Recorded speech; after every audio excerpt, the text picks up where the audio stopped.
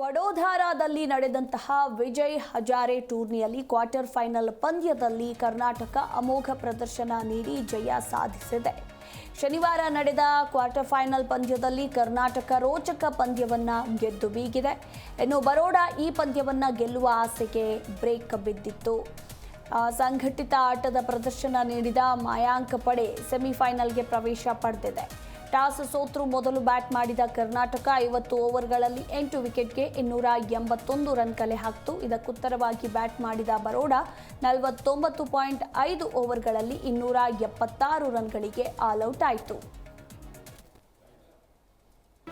G Kannada news ಈಗ ನಿಮ್ಮ ಮನೆಯಲ್ಲೇ ನೋಡಿ. ಎಲ್ಲ ಕೇಬಲ್ಗಳಲ್ಲಿ ಈಗ ಲಭ್ಯ.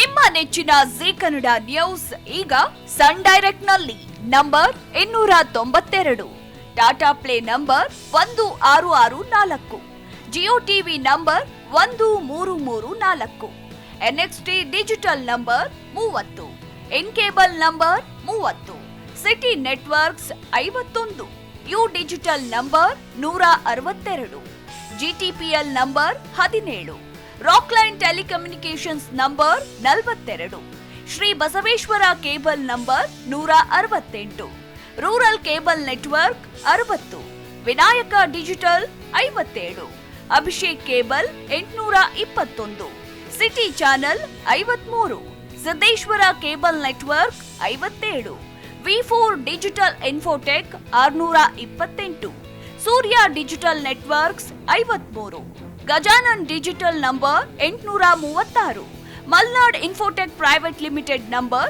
56, Metrocast number 830, victory digital number 167ರಲ್ಲಿ ನೋಡಿ ಆನಂದಿಸಿ.